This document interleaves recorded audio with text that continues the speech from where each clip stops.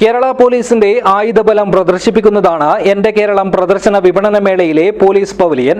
വിവിധതരം തോക്കുകളും ഗ്രനേഡുകളും അടുത്തു കാണാനുള്ള അവസരമാണ് ഇവിടെ ഒരുക്കിയിരിക്കുന്നത്.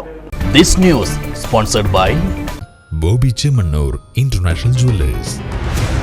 എന്റെ കേരളം പ്രദർശന വിപണനമേളയിലെ പ്രധാന ആകർഷണമാണ് കാസർഗോഡ് ജില്ലാ പോലീസിന്റെ ആയുധ പ്രദർശനം. പൊതുജനങ്ങളെ സേനയുടെ ആയുധങ്ങളെക്കുറിച്ച് ബോധവാന്മാരാക്കാനും യുവാക്കളെ സേനയിലേക്ക് ആകർഷിക്കാനും ലക്ഷ്യമിട്ടാണ് പോലീസ് പവലിയൻ ഒരുക്കിയത്. മുൻകാലങ്ങളിൽ ഉപയോഗിച്ചിരുന്നതും നിലവിൽ ഉപയോഗിച്ചുകൊണ്ടിരിക്കുന്നതുമായ 11 തരം തോക്കുകൾ പ്രദർശനത്തിലുണ്ട്. കൈത്തോക്കിന് പുറമെ കേരള പോലീസിന്റെ ബേസിക് വെപ്പണായ .303 മുതൽ ഓട്ടോമാറ്റിക് വെപ്പണായ ടാർ, ഇൻസാസ് തുടങ്ങിയവയും വിശദമായി പഠിക്കാനും കാണാനും അവസരമുണ്ട്. ആദ്യമായിട്ട് കേരള പോലീസിന്റെ ബേസിക് വെപ്പണായ .303 വെപ്പൺ വെച്ചിട്ടുണ്ട്.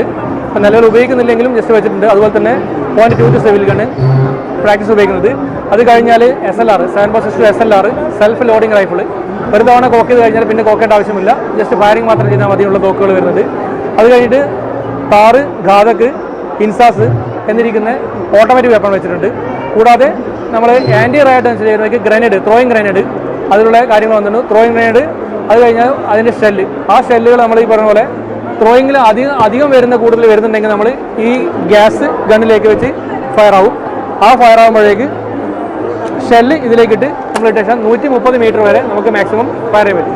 ഒരു പരിധിക്ക് അപ്പുറമുള്ള ആൾക്കാർക്ക് നമുക്ക് ജനങ്ങളെ പിരിച്ചുവിടാനുള്ള കേസിൽ വരുമ്പോഴേക്കും അത് ഉപയോഗിക്കുക. അപ്പോൾ പോലീസിനെ സംബന്ധിച്ചിടത്തോളം ജനങ്ങൾ ഒരു കാരണവശാലും ശത്രുക്കളല്ല.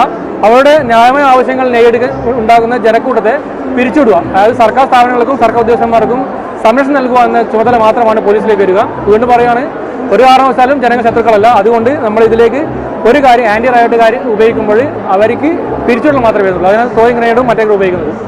ആ ഇപ്പം നമ്മൾ കാണിച്ചിരിക്കുന്ന ഗ്യാസ് ഗണ്ണിൽ ഒന്നാണെങ്കിൽ പുതിയ വെച്ചാൽ ഒരു മൾട്ടി ഷെൽ ലോഞ്ചർ ഇവിടെ ആയിട്ടുണ്ട്. അതിലേക്ക് നമ്മൾ 6 നമുക്ക് ഫില്ല് ചെയ്യാൻ പറ്റും. അതേ ടൈമിൽ പല തരത്തിലുള്ള ഷെല്ലുകൾ ഇതിലേക്ക് ഫയർ ആയ ശേഷം നമുക്ക് ലോഡാക്കാം. ആ ലോഡാക്കിയിട്ട് നമുക്ക് എയിം എടുത്ത് നേരത്തെ കാണിച്ച പോലെ തന്നെ ഫയർ ചെയ്ത് ഫുള്ളായിട്ട് നമുക്ക് എടുത്ത് ഫയർ ചെയ്യാം. ഇത്രയും സാധനങ്ങൾ നമുക്ക് ഇതിലേക്ക് തൽക്കാലം വെച്ചിട്ടുള്ളത്.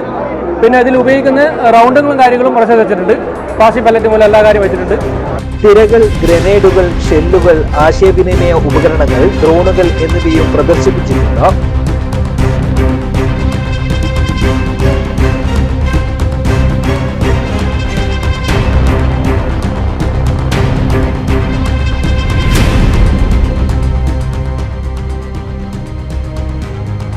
ASI Sujith, senior CPO Sreekanth, CPOമാരായ അനൂപ്, സജീഷ് എന്നിവരാണ് ആയുധങ്ങളെക്കുറിച്ചും ഉപകരണങ്ങളെക്കുറിച്ചും വിവരിച്ചു നൽകുന്നത്. സബ് ഇൻസ്പെക്ടർ BD ഗോപിക്കാണ് പവലിയന്റെ ചുമതല. News bureau, Cheruvathur.